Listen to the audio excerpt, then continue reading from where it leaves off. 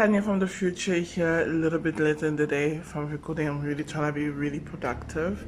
So, this episode we are touching base on the truth around go-to-market, and mostly we're speaking about the mistakes that we are seeing companies, especially tech startups in this episode. But I mean, I've seen it across the board. What the mistakes they are making around the go-to-market, around client acquisition, and all that jazz. And we share a little bit more about what they should do, what they should look into. I share a lot more about what I'm seeing, how I'm seeing the landscape change. And I'm joined again because it's one of the business growth series. I'm joined again by Tosin, and really deep dive for a whole hour on go to market. And we touch base on from three perspectives, three of the main problems that we are seeing. But yeah, if you hear anything that you have questions on, the link to to touch base with us on LinkedIn will be in the description box. If you feel like you want support with what we share, and maybe you can recognize that you have some issues, the link to book a consultation will also be in the description box. But on this note, don't forget to follow the podcast, subscribe, share with somebody. This is how we get discovered, and we really appreciate you. Leave us some reviews, and we love that. So on this note, see you on the inside. Okay. So, hello, welcome everybody to this episode of the Business Growth series. And Tosin is back with me in studio, and we are ready to rock and roll. Boom, boom, boom. The only thing I'm really happy about, hey, when I was very stressed, was that if by the time that we record this video, if that Nigeria had won the cup. So on behalf of other Africans, we want to thank Cote d'Ivoire for the public service that they did for saving us for 1 year of bragging right that Nigerians would have had. So on that note, welcome to today's episode. I mean, this is for the listeners. This is not for Tanya. This is for the listeners listening to this podcast. You heard Tanya say what she just said. I'm representing the interest of Nigeria, and I tell you that Nigeria has actually done what a number of countries on the continent couldn't have achieved, which is we played the game of soccer against the entire continent. The finals was indeed the most wonderful football that we had. I'd say that, look, Cote d'Ivoire truly deserved that victory because our boys did nothing on the pitch of play. Were they bewitched? I do not know. Were they under some sort of spell? I do not know. But I know one thing for sure, that the entirety of the African nations never wanted Nigeria to emerge champions of that game. You know what? You know something about when a people or when a person is just so good that everybody thinks that they shouldn't still get a crown. That's what it is. But I mean, you can't take it away from us with the giant of Africa with the green, white, green flag, and we are happy. That's it. Thank you, Tanya, for making a jest of us. And yes, I'm back again on today's episode with Tanya. It is a business series episode, and wow, boy, are we going to have a very wonderful conversation today. I think, yeah, we should, because today's topic is going to be one very exciting one. It's going to take us at some point in time back into the Nigerian Cote d'Ivoire match. And you see how it takes us there.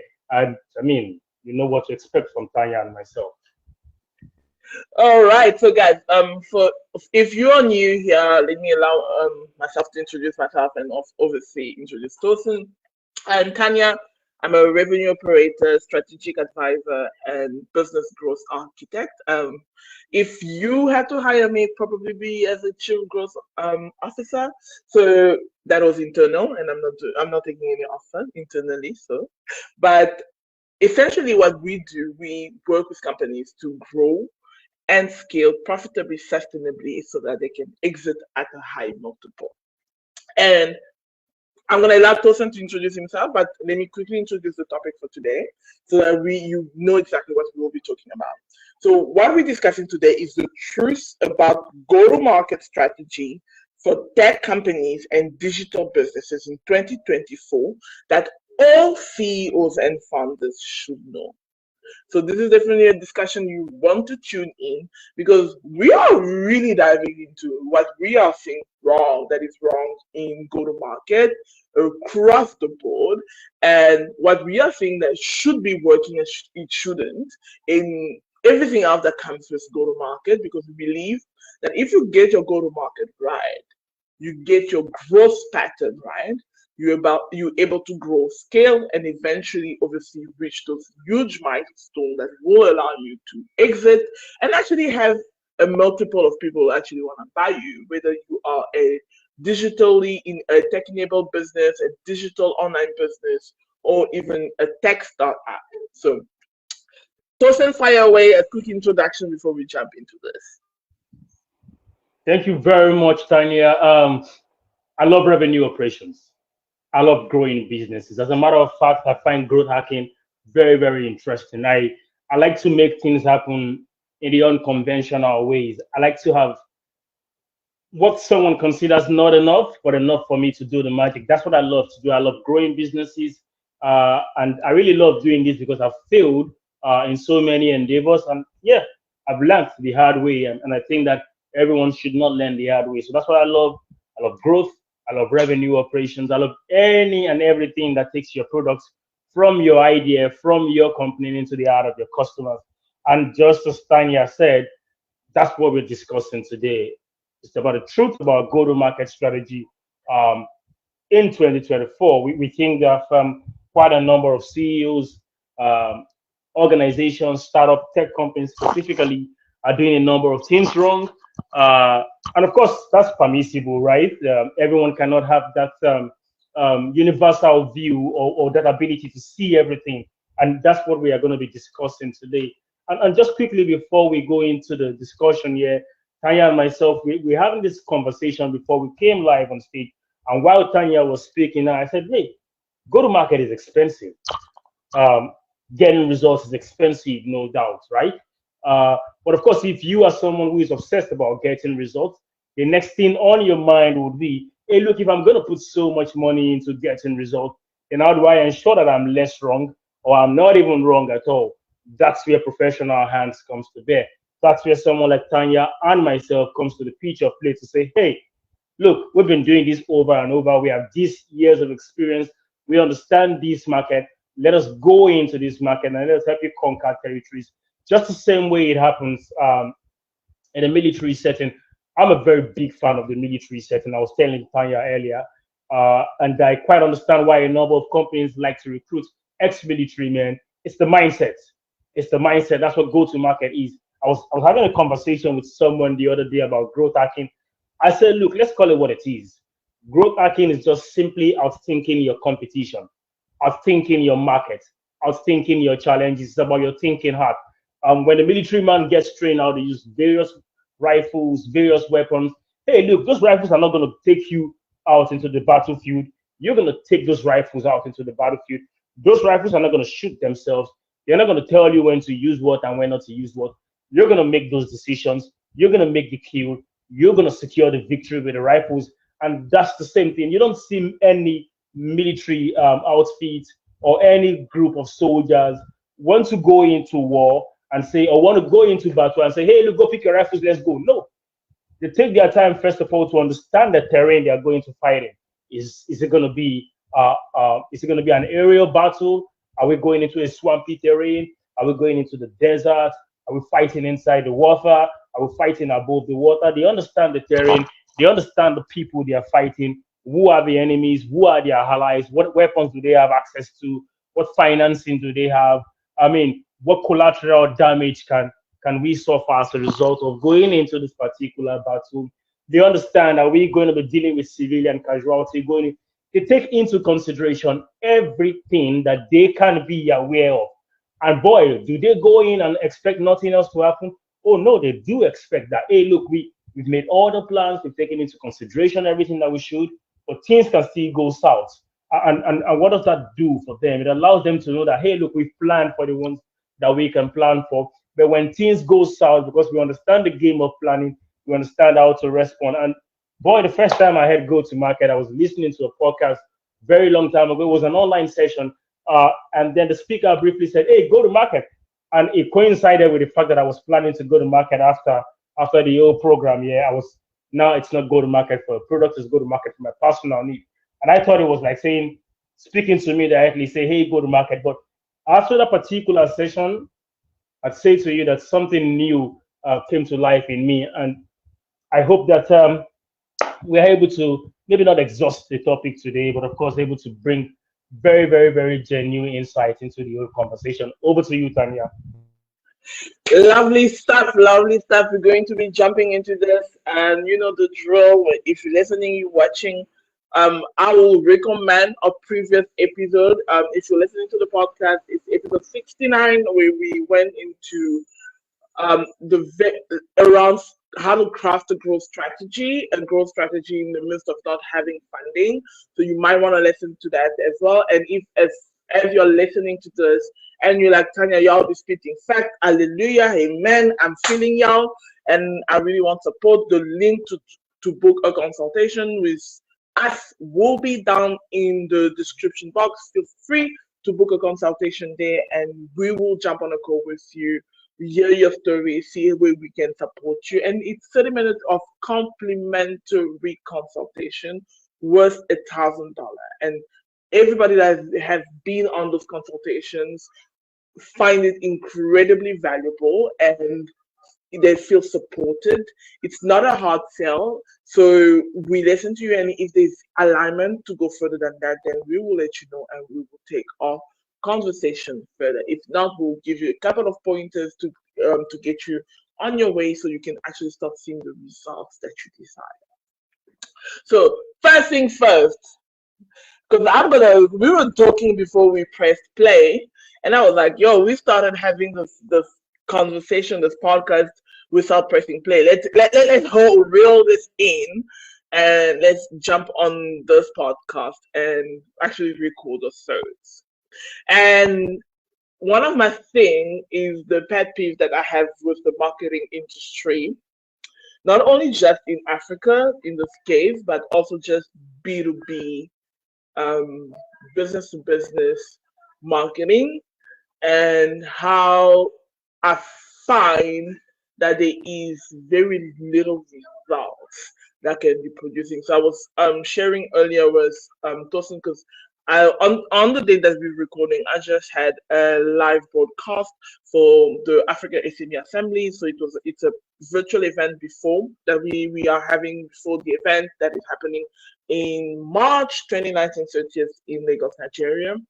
And we have a couple of virtual events that has been happening. So today was around how Africans can create businesses for global audiences. And I had a couple of my friends that have worked with global audiences in the online business space, and which is very much direct to consumer. So we were talking about this whole thing that in B2B marketing, you have the thing where people are like, oh no, I'm demand gen, no, I'm growth hacking, no, I'm this. And I love how Tosin just put it, growth hacking is just you outsmarting the competition. So that's it. It's a tool, it's like a gun in your hand, and it's not the gun that is going to take out the enemy, it is you and your intellect that is going to take out the enemy. So I was speaking about this, and in 2024, with how things are looking, I mean, we are seeing a whole bunch of layoffs happening still into 2024, and we are also seeing how a lot of businesses are trying to be a lot more profitable, a lot more efficient and sustainable. I was scrolling TikTok the other day, and this lady said that she's been working for a tech company who hasn't done layoffs in 20 years, and she was laid off. And that is because a lot of businesses, tech companies, have often survived by financial technicalities, by raising funds, by getting more money to try to grow. So whatever is called organic growth that most SMEs, most online businesses do, where they produce their own cash flow to allow for growth. Most tech companies have never done that. They've mostly relied on the funding. And now they're being faced with having to be profitable. And yeah, my pet peeve is the B2B space. I'm ranting, I know. But my pet peeve is the B2B space and how go to market has to change. I think there has to be a move away from I am a demand gen. I am this. I'm a copywriter. I am I'm like this whole demarcation that is happening in the B2B space, because it's only in the B2B space that I will ask a copywriter to write a video sales letter for me, and they will not be able to do that. And I was saying that to Tosin earlier before we pressed record, that it's only in the B2B space. Because if I tell a somebody that has worked in the online space, a direct response copywriter from that space, and I tell them that, hey, I want you to write a video sales letter for me, and I want you to target the one of the 7 deadly sins, which will be, let's say, RAS, and I want you to then write on this virtue towards what they're trying to achieve, this particular virtue, because there are 7 deadly sins and there are 7 virtues. And if you want to write a copy that converts amazingly well, you need to target it, like one from this side and one from the other. And this is some of the things that we learn, because I come from the online business space. I was a copywriter. I'm actually a copywriter that went into being a strategist and has done all the things that I do today. But operationally wise, I've always had operation knack. But copywriting is what makes me a great marketer, because copywriting, the way I learned in the direct to consumer space of the online business space, which is also the global, in more of the global context, has taught me a lot around marketing and being more of a full stack marketer. Because I might not have a funnel built right now. I can whip up a decent funnel immediately, write the copy in an hour or two, and run a campaign. But when I get into businesses, especially B2B businesses, oh no, we don't have a copywriter. And I'm like, but you're a marketer. Oh, I don't know. I don't do copywriting. Oh, can you do a funnel? No. And that leaves me wondering. So before I go any further with that, like, Tosin, what's up? ¿Qué pasa? Because you've mostly evolved B2B. So I want to hear your thoughts on this.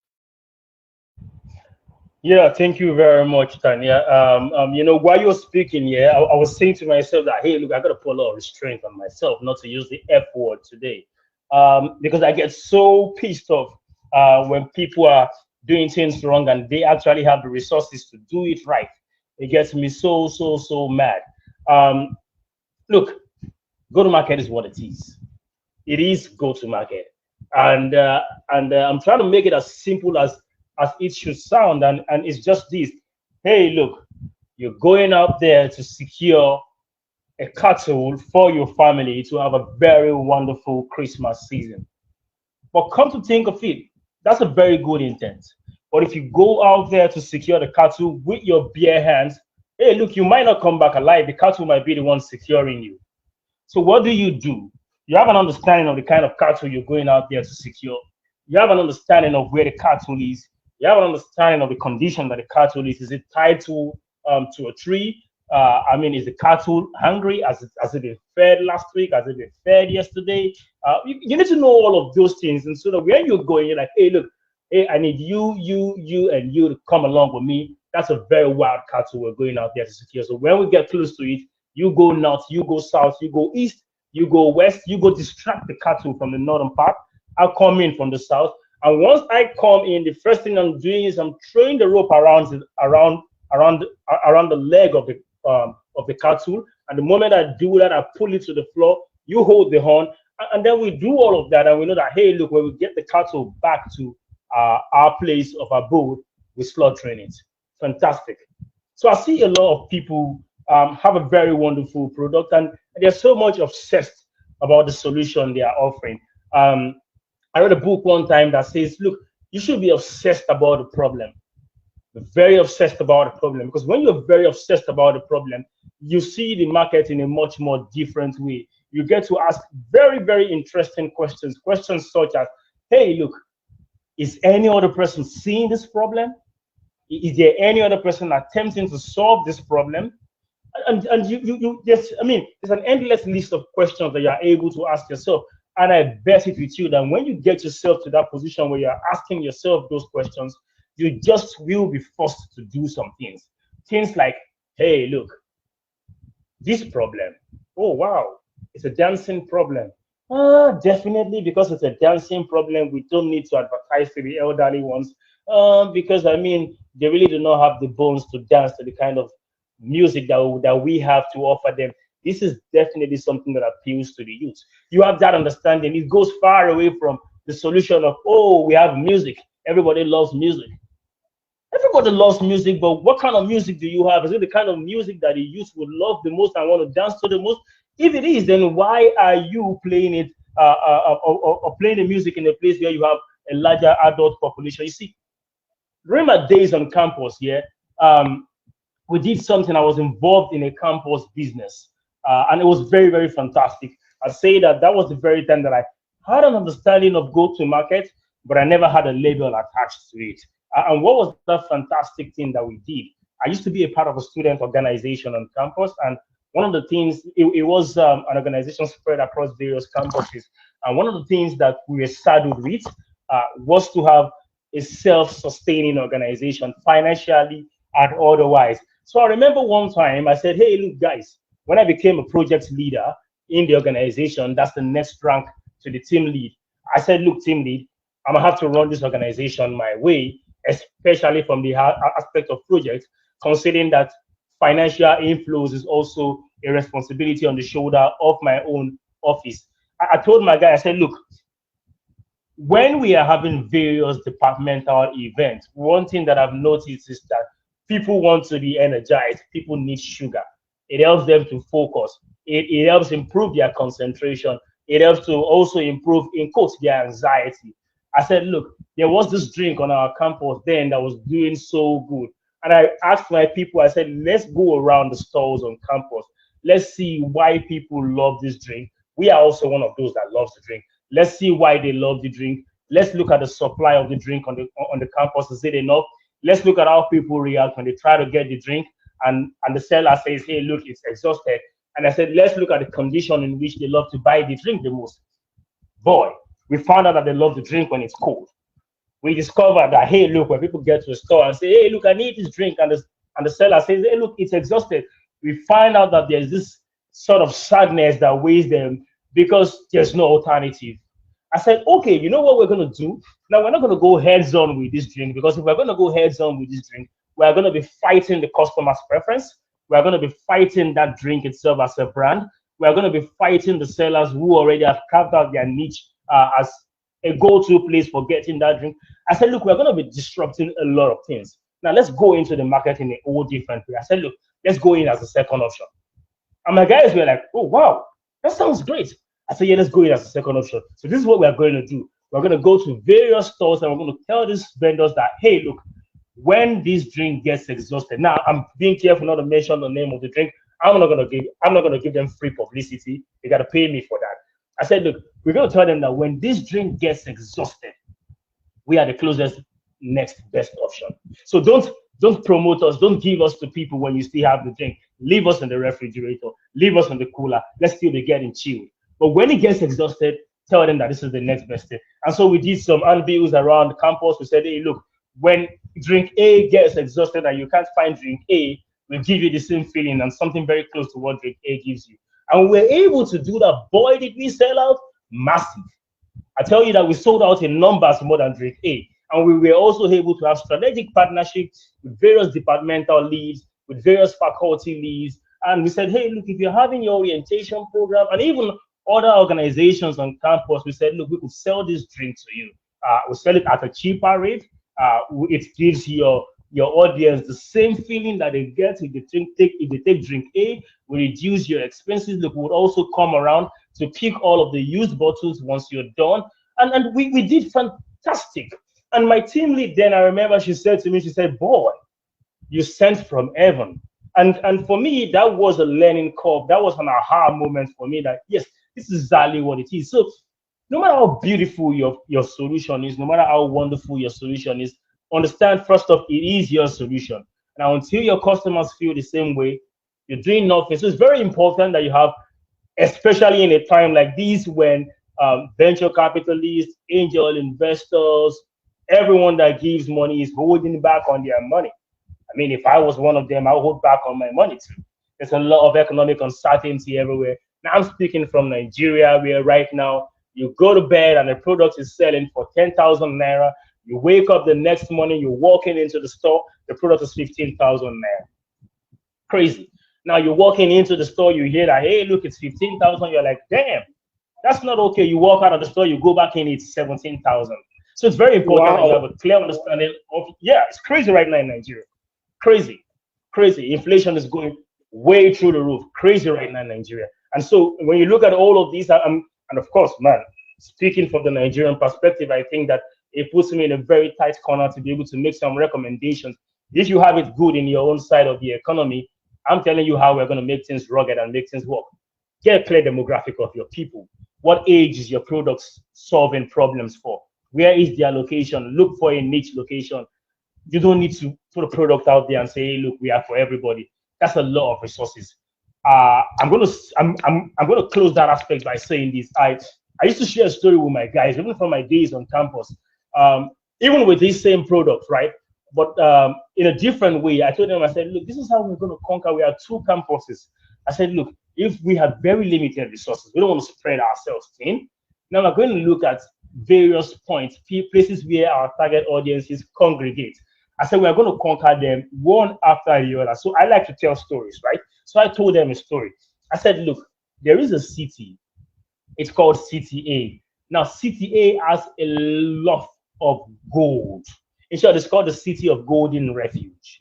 Now, of course, because of that, they have very fortified security. They have a lot of volunteer guards who would protect the gold with their life because, of course, they get rewarded with the gold. I said, now 2 warriors set to lay siege on CTA and to take over CTA and take over its gold, right? Now, let's call the first warrior Warrior A. Let's call the next warrior Warrior B. Now, Warrior A said, look, I'm going with my soldiers and I'm going to attack CTA. And if I perish, I perish. At least I die while trying. And then Warrior B said, hey, look, I want to attack CTA also, but I'm not going to perish. I need to lay my hands on that gold. And what does Warrior B does? Warrior B says, you don't want my soldiers? Let's go round. Then Warrior B goes to a particular village that has lots of yam. He knows that, hey, look, this is going to be an easy one. He overcomes them. He takes some of their guys captive. He sells the dream to them that, hey, look, let's go to the next village and then we could conquer together and you guys could recover what we took from you. They do the same. They go around and they had conquered about 10 villages. Now the next point of call was City A, the place of golden refuge. Now they have a lot of soldiers already. Call the soldiers your customers. Call them your users. Wonderful experience. They've been rewarded. And they said, hey, look, now we're going to take the city of refuge. Then these soldiers have fought in various battles. They already understood the meaning of victory. They already understood what it means to conquer a city and lay hold to all that belongs to the city. Compare them to the guys that are just there protecting the gold and just striking fear into the hearts of people with their sizes or with the fact that they are protecting gold.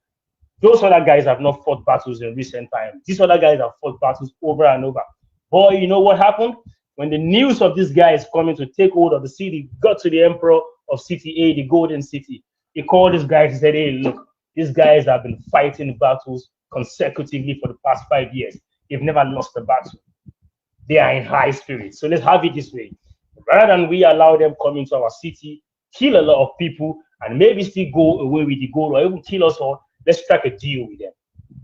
Let's call their leader to the table of discussion. And that they did.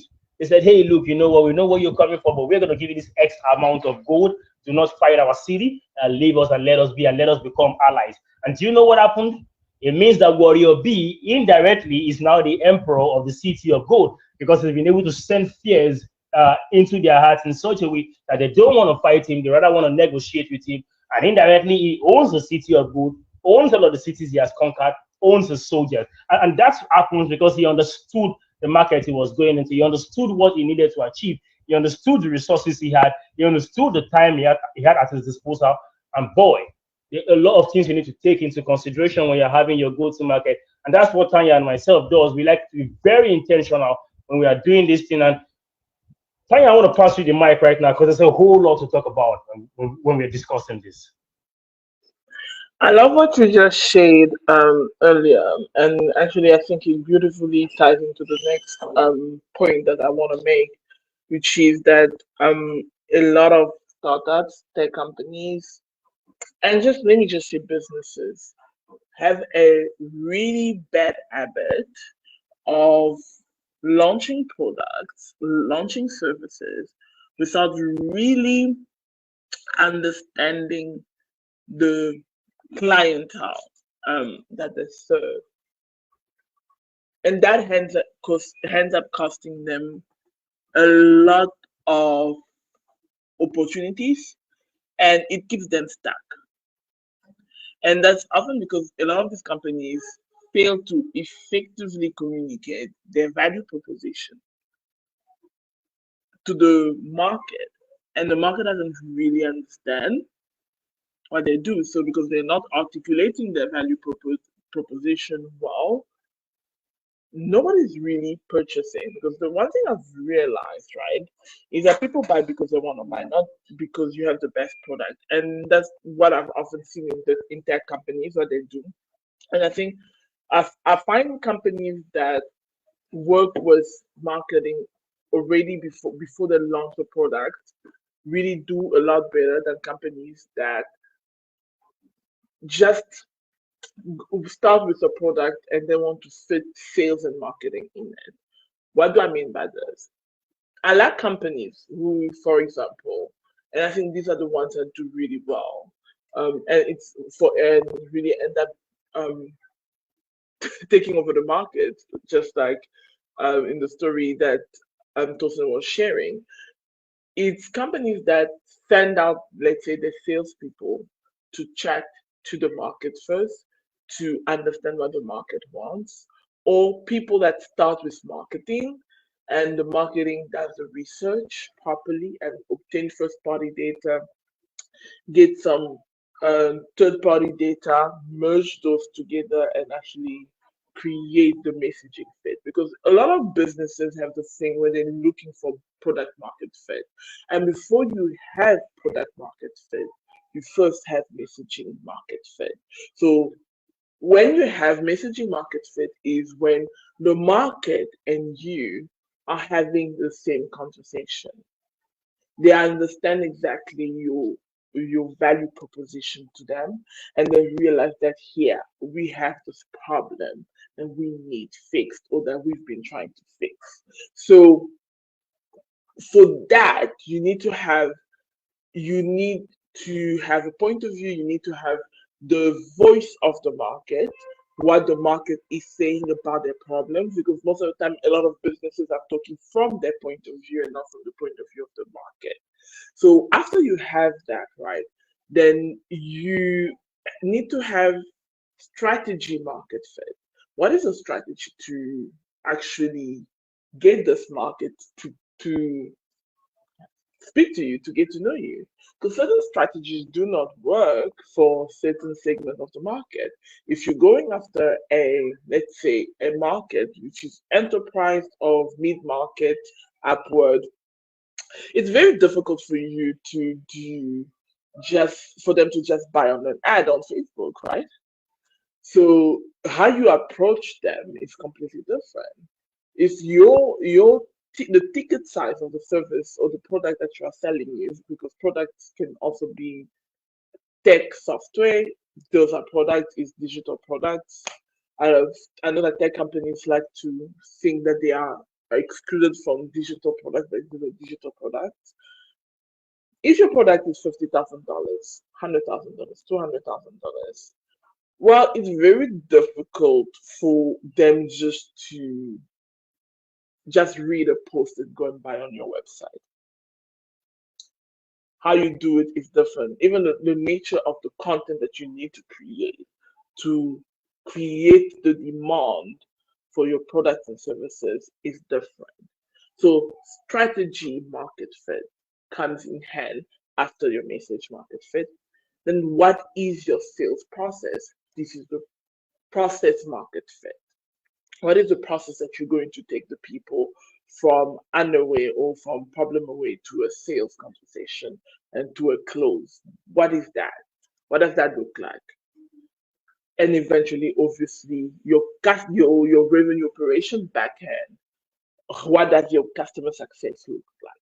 I think that is often one of the issues that we find ourselves in the go-to-market space, because a lot of founders that what I've seen, they start with product, they build a beautiful product, that they bring sales, they bring marketing, and they're like, here's the product, we built this beautiful product, we spent $200,000 on the MVP, go and sell it, go and market it. And then when you ask them, okay, what does the market say? Oh, we haven't had conversations with them about what they say about the product. We assume this is what they want, because that's literally what I hear from founders, because they just assume that that is what these people wanted, because they haven't really spoken to the thing. They're like, okay, there's a problem, and sometimes it's not that they assume, because they are seeing the future. They see the vision at the end of the rainbow. And because they're obviously visionaries, they have these grandiose visions. They see the future, they see that this is needed. And because they have not communicated with the market, well, we all know how that ends up. And I believe this is one of the biggest problems that we are seeing in the tech, in the digital business space around taking a product to market. How do you do that? Because, for example, there are launches, there are a million and different ways to launch. But if you are launching, let's say you are a brand, and this is where I'm going with the process, for example, I'm walking you through a process. Let's say you are going, your product is between $3,000 or $2,000 to $15,000 a year in terms of customer lifetime value. You might need a sales webinar to convert those people, and it's one to many. You have people come to a webinar for 90 minutes, well structured for sales, because we were speaking with those, and then they have different type of webinars. They are PR webinars, there's marketing webinars, and there's sales webinars, right? And I'm talking here about sales webinars. You might need a sales webinar as a conversion tool to get people into the door. If your product is less than $3,000, maybe $200 to $3,000, you might need a video sales later, some ads or something of the sort. It might work. If it's less than that, you might just be able to launch with just an email launch. So that's why I'm talking about process.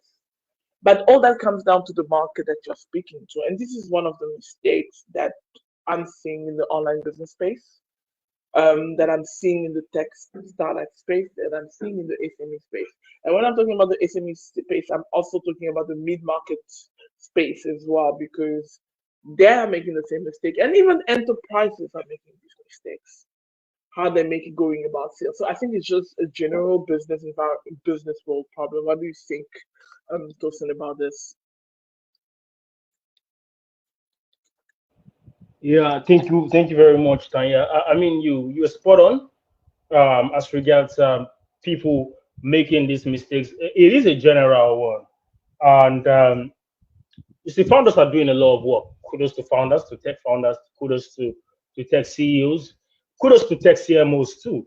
They're doing a lot of work, because now it takes a whole lot to be a founder, to carry the vision, to carry the pain, to carry the uncertainties of the business, to see the troubles that lies ahead and still forge ahead, to say that, hey, look, there is a Canaan land beyond beyond the troubles that we're looking at. That takes a whole lot. But at the same time, we cannot excuse the need to get things done in the right way. especially in the aspect of this go-to-market thing. It just must be done how it should be done. Otherwise, you end up not really getting what you want, and so that it doesn't look like the proverbial case of the young child who stuck his head in a bucket and asked his father. He said the father asked him. The father said, "Hey son, are you seeing me?" He said, "No, I'm not seeing you, daddy." And then he went ahead to say, "Daddy, I guess that you are also not seeing me." And the father said, "Yeah." He said, "I thought as much. You're not seeing me. We're not seeing each other." And that's a very funny scenario. Now, the fact that you're not aware of these things, the fact that you're not paying attention to these things, would not excuse these things away from your as a challenge, right? And if I'm going to say, okay, these are the very important aspects of go-to-market strategy or go-to-market that you should pay attention to. I'm not going to deny the fact that go-to-market does require data. And just like Tanya said, we've had situations where founders come to us and they say, "Hey, look, we have this beautiful product. We've spent XYZ to build the product." They take it through all of the process. "Hey, look, we did user testing, we did all of these," and they're telling you all of that to say that, "Hey, look, we have a bug-free product, we have a wonderful product, fantastic user experience, and all of that." And great, great. But have you at any point in time asked yourself if this product was necessary? Do the customers need this, or how do we drive this product to the heart of the customer? Very important for you to get your demographic details. I know that this is a cliche, right? People have said this over and over, but look, to the extent at which the understanding of this is important is what I cannot even emphasize. And when we're speaking about getting your demographics right, like we stated earlier, you need to know who you are producing your music for. You need to know now if you are producing the music now, for instance, now let's call your product a music, right? And you want people to dance really, really well, or perhaps you want people to reflect. Hey, look, you have to speak the language of the elderly ones. You have to speak the language of people who are in their 30s and above. Those are the guys that sometimes would mostly reflect upon their lives or whatever it is. It is not to say that people below that age range do not reflect, but there's a handful of those persons that do reflect. And so, because you know that, hey, this is where the larger share of my market is, you speak the language of the larger share of that market. So it's important for you to have the demographic details, the age, the location, get all of those things right. Intentionally, actually, intentionally get it right. Don't do it religiously. Your psychographic details cannot also be understated. And I see a lot of people not pay attention to this. Look, you can get the best marketer in the world to market your products. But have you taken into consideration churn rate? See, look, getting people to download your app is like the simplest thing. You could throw a bait out there, people will download it. But have you asked yourself what your competitor is doing better? Hey, look, if you are coming to me with your ride-hailing app, what are you bringing to me that is different from what Uber and Taxify can offer me? Why should I switch to yours? Oh, are you saying I should switch to your ride-hailing app because you offer complimentary meal along the line of the journey? If you do, how important or which class of persons is a complimentary meal important to? So there's an adoption curve that says, look, when you're taking your products into the market, look for the innovators. After the innovators, you have the early adopters, you have the early majority, you have the late majority, you have the laggards. I hope I got that right. If you're taking your products to the late majority, using the advert language of the late majority, you're going to spend a whole lot, because these guys are not listening to your ad. They're looking up to the early majority. If the early majority has not taken a step, they won't do nothing. The early majority are looking up to the early adopters. If the early adopters have not taken a step, they do nothing. The early adopters are looking up to the innovators. If the innovators have not validated your product, they do nothing. You need to have that particular understanding. There is this particular model, if I can remember it right, I think it's called the Porter's 5 Forces model. I really love that model. It speaks to the intensity of rivalry within the industry. Who are your competitors? And apart from who your competitors are, you look at your competitors. What's competition like between them? You need that particular data. So there is this very old adage my grandmother used to tell me about, even before she said that. There's this video I watched online recently. Very fantastic video. Very fantastic video. It teaches a whole lot about go-to-market, right? You had these two dogs fighting over a piece of bone. And then what did they do? They left the bone aside and they started growling at each other. I don't know what they were trying to emphasize. Maybe one was trying to say, look, I got sharper teeth than yours. And while they were doing that, a third dog came in, took the bone and sneaked into a particular place where the dogs cannot come into. And the moment the dogs looked down and saw that the bone was no longer there, they got like, wow, what the hell just happened? What the hell just happened? And that other dog was already inside that very conducive space, eating the bone. Maybe that's how you need to sneak in on your competition and take your customers. So you have to understand the intensity of rivalry in your industry. You have to look at the bargaining power of the people that you want to attract. And I think that some other things on the Porter's Five Forces model also speaks to, I think, the threat of a substitute product. Yes. I mean, how much of a threat is a substitute product in your industry, in the market you are going into? Do you in any way think that a new entrant poses a threat to the market? Like we have the cola market now, you have Pepsi, you have Coca-Cola. There's that heavy rivalry between the both of them, that great competition. What threat does a new cola brand pose to that particular market if you want to create a cola brand? So you need to understand, if you understand the threat that a new cola brand poses, then you know how to go into that market. And I mean, that's not an exhaustive list of the Porter's Five Forces model, but I mean, you can exploit yourself for a more robust understanding. Define your target audience clearly, to the T, to the I's, dot everything. Have that wonderful understanding. And you see, Tanya, I'm about to say something that would almost sound like, oh yeah, everybody should know to do that already. But it's funny to see that a lot of people do not do it in terms of creating a clearly defined persona. People just say, oh, my persona, Mark is 22 years of age, he's got this, he's got that.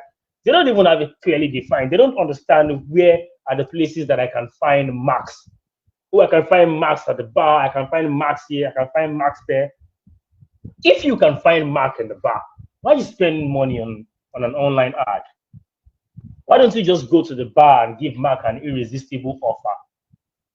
If you can find Justin in the lawn tennis court, and you know that, hey, look, the way Justin's operates is, look, whenever Justin recommends something to his immediate circle, they just jump on it. Why are you spending so much money online? See, I see a lot of businesses wanting to build a brand before getting customers, and they're getting it all wrong. You need your customers. Your customers will join you in building your brand. And when you're going into the market, look, one very fantastic go-to-market strategy that I really love is niche marketing. Just pick a niche, overwhelm that niche, recruit loyal brands from that niche, and go from there. So there's this thing that happened in Nigeria recently. Forgive me, I'm not going to be able to remember the name. There's this particular sanitary pad. I can't remember the name, and even if I do, maybe I don't want to give them free publicity, right? They innovated around the sanitary pad for the ladies, and they targeted a niche. They were so sure of what they developed because they developed it with users. They brought ladies together, got complaints from them, suggested to them that, hey, look, if we made these, they made samples, the ladies used it, gave them feedback. Then they targeted a niche. They were so sure that, hey, look, if our customers can be absolutely satisfied with this, we will go far. And boy, did they, oh yes, they did. It took one excited customer to get on Twitter one day and say, guys, I found a solution to all of our troubles. And boy, for 2 straight weeks, they were maxed out on sales. And that's what niche marketing does. That's what the niche go-to-market strategy does. You need to get your customers right before you start thinking of your brand. Put your brand aside for now. Get your customers. They'll build your brand with you. Understand what they need. Understand their problem. See, do not be obsessed with your solution. Understand their problems. And I think that this cuts across even B2B and even B2C. So in the B2B space, right, you see someone that wants to sell, maybe for instance now, a product that's going to take money away from the CMO, for instance. How important is that money to the CMO? Or let's say authority, right? How important is that authority to the CMO? You don't know. So you're not even solving the CMO's problem. You are excited about the problem that you are solving, and you want the CMO to speak to the company to buy your product. Boy, you're going nowhere. That's just the truth. So you need to have all of those understanding. You need to clearly know what problem it is you're solving. Does your target audience also want to solve that problem? And look, there's a very long list of things that must be done if you're going into the market. But let me just say that look, go to market is data driven customer acquisition. So make of that what you can make of that. And lastly, look, if anybody is telling you to identify your competitors, I think that that person is maybe perhaps telling you what you should be telling them, because boy, do you need to be told that? That's very important for you to do, because if you are taking your products to market, the greatest disservice you can do yourself is dishonesty. You got to be radically honest about your products, radically honest about your strengths, radically honest about the problem you're solving, radically honest about where you can find your prospect, radically honest about gathering intentional data. You don't have to start gathering data when you're done building your product. Look, start gathering data, start building a hotspot, start building, or start cultivating your flower, and let the bees come to it so that when your product is ready, you can trap the bees. Over to you, Tanya. I love that. I love that. I really love what you shared. Data driven customer acquisition. Now, fam, we would love to keep talking and on. There's so much we can talk about, but obviously time is not on our side. We already been here for quite a while. Soon we will soon be at the top of the hour. But if there's something that I wanted to add, and it's just about data driven, I'm just gonna hop on this point of data driven customer acquisition, and I'm going to come from about it from a B2B perspective, uh, because you need to understand in B2B you have two ICPs, your user and the economic buyer. So it's always important to understand that unless your target audience is an SMB or SMEs, usually SMBs, really small businesses, micro businesses. Usually, your target, if you are enterprise or mid market, obviously, you would know that you have the end user and that. So here's the thing that I'm seeing, right? In 2024, things are changing. Gmail and Yahoo cracked down because in the past, when you were trying to break into these accounts, you were going to do cold email, get a meeting, try to close, the rural. And now Gmail has cracked down, and your IP might be at risk, and your IP address may be at risk. They can shut down your entire website with cold outreaches outbound. So things are a little bit difficult. But I think this is something I believe if you remember, Tosin, I said this in early Jan about what was going to happen in outbound, and I believe it has happened already. So is outbound days? No, but you're just going to have to approach it differently, because if you're going mid market to enterprise in terms of your sales, then if you think that you're going to put a blog post and they're going to just come to you inbound, yeah, sometimes it does, but you need a more of a holistic approach to your global market. It's no longer just no, we are only doing inbound marketing. No, we are only doing outbound marketing. You're going to have to adopt a very holistic merger between both outbound and inbound and see how they can come together. And we were talking about this. There's a strategy, a playbook that we deploy in businesses. So if you want to learn about that, feel free to book a consultation and we will have a chat with you. But there's something that I was discussing with somebody the other day, and they were telling me, well, I'll go mid market to enterprises. But the thing is, I find it really difficult to get to the economic buyer, which is usually the person who will sign off it's the CFO, it is the CEO, CMO, not I don't know, CMO, yeah, they could also be classified as C-suite, right? And while Tanya outbound does not work with them, it's just the approach to it. So there are three ways you can go to market. I'm just going to highlight them. You have bottom up, which is usually you break into the account by speaking to the user of the product. and then they tell you exactly what's wrong with what they're using, and then you ask them to introduce you to somebody in the organization. Usually they will send you to procurement. Really, they send you to above the belt, which is the C-suite, or you go middle up or middle out, where you go to the manager, maybe the head of the department, and see if you can break into the accounts through there. Sometimes sometimes they might have a budget and they don't have to go to the C-suite, so you break into the account in that way, and then eventually look to upsell them, or they will refer you to maybe the C-suite, or they will bring you into a meeting with the end of the user, and then you sell them like that if they have a budget that they don't need signatory on. But right now, we all know CFOs are scrutinizing everything. And then there's obviously you go top to bottom. And I'm going to give you a scenario that I gave a client of mine in the past that I coached a few years back, and he leveraged this. So he was trying to break into a tech startup, and he tried bottom up, he tried mid, nothing was working. So he spoke to me, yo, Tanya, I'm trying to do this, but this is not working. So I remembered something, and I'm like, hey, have they raised recently? And he was like, yeah, they raised. I'm like, investors, and I'm giving you gold here if you are in marketing, and or if you sell to startups or whatever.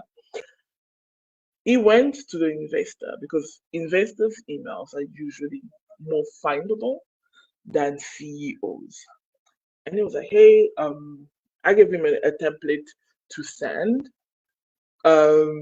And what happened is that the investor referred him to the CEO because he gave them. And that kind of email is another kind of email where you're pitching.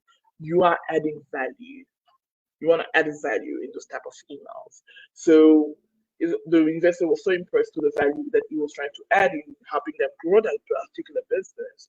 And he referred him to the CEO, he CC'd the CEO that you should speak to him. And that's how he landed the client. And what I'm trying to share here is it's easier to go top to bottom because let's say, for example, see if you trying to approach us enterprise CEO, I mean, they're not really that busy, to be honest, because they have everybody doing everything else for them. But they are not easy to get to. So the CEO the CEO pays people to keep people away from him. Exactly. So how do you get a hold of them? You find a way to add value. These are some of the strategies that we help you establish in your business. How do you add value to their life? CEOs are like everybody else. They have cell phone numbers, they have wives, they have girlfriends if they're not married, they have children, they have recitals they go to. So they have a phone, they have an email, but how do you get them? You find a way to add value. And there are different ways that can be done. And this is one of the things that we implement because we have two things to implement, which is more account-based marketing when you have that kind of target market, or targeted demand generation, which is not just demand generation, it's targeted towards certain account, but it's a lot more. I'll leave an article on that so that you can see that, so you can get a grasp of that in the description box if you're listening or watching. But there are ways, because if you go top to bottom, even if the CEO is not the one that's using your software, it's not the one that you have to maybe, if you're a marketing agency that you're going to be working with. But tell me, who is that CMO or that head of marketing if the CEO tells them, like, speak to Tosin, will say they can't speak to you? Tosin, is there somebody in the company? Can you say that again? If the CEO of a company refers you to the person and email them and I speak to Tosin about this, is there somebody in that company that will refuse to speak to you?